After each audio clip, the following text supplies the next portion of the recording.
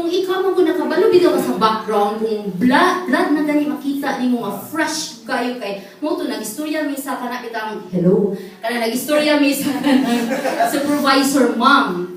Di man gusto siya normal kay ang Lokia tulungan na ka klase do, di ba? So Lokia is very fresh. Di ito siya normal kay grabe red man gyud kayo siya sticky. So before go ka magkuan mo yung tag okay, ang diaper imo ginalitimbang before nimo siya ipasuot. And then kung mabasa na kayo siya itimbang ay han minus. So mo na dai na siya kung exist na ganing fluid, so mukabalong na jud ka grabe na ang iyang exist sa iya ang bleeding. So wala na to. Nya nag-request ko og kanang BP, no BP at all. Even na uli na ko aras no BP kanay mo na magusad puwera bisita, so nauli ko. So pagkapunta na dayon Monday, anak ako, small din ako naabtan, ihata ang baby sa kuha panghatag. Ang akong anak, paghatag ko doon, kaya nakita man siya ko nag-chill. Doon ato din sa nursing station, ako, gidagan-dagan ako ang mga kanang hagdanan. Tinang-abot mo ko, so wala kang ihapin na hitabo. So ma'am, siguro di ko kayo kabalo, bitaw mo first thing bitaw, kanang kung naa sa emergency situation, di ka kabalo sa inyong bilang, taas kayo kang adrenaline. Anything that you save life, imo dyan ang buhatong tanan. Bisang makapandul-pandul ka. So mo to, nag-blue yun siya. Upat ka doktor, nangasaba. Doktor, grabe no?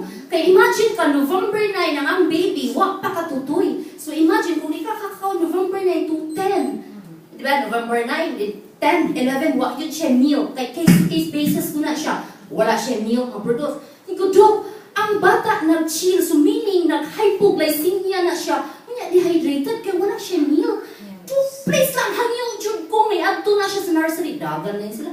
So, syempre, that time, grabe man, no? Kanang, nagtabang ko kay pale man yun, gaya nga akong daughter-in-law, kanang, gaan na, ibig siya, grabe din. Nag-belt na good siya, niyato siya sa CR, niya, itangtang niya kung belt na walo ka ni siya. Walo ka tender. Walo yun niya siya sulod niya. Nangihi siya kahit punot na ba ang diaper. So, pag-abot niya, niya na siya nga, kahion siya, ihatang niyang bata. Without knowing nga, abraks, pagkuha ba sa pendant na walo niya. Thanks God nga nag-wear pa din siya usa ka pendant. Usa jud ka pendant which is nakasustain siya sa energy. Luspan nga nakakita naman siya mga puti nga di siya kakabantay sa nawong. So sa akong kasabaan as in sabaan gyud kayo, mo gina mind you ako gyud na itip ninyo kung naamoy tabangon kinahanglan saba gyud mo. Kay last hearing man gyud na ang kanang sense of hearing. Sensitive gyud kayo na siya. Ni sabaan kay ka kung di pa ko sabaan nakuha na gyud siya. So, nag-istorya mag yung Mama Riz, kay kabaw mo yun, kaya nasakay siya gabi. Kabaw ko siya sa iyang story, sa iyang anak.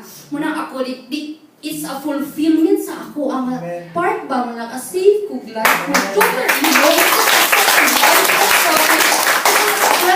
ino, even karon na ako rin, sige ko monitor sa BP. Stable na iyang BP.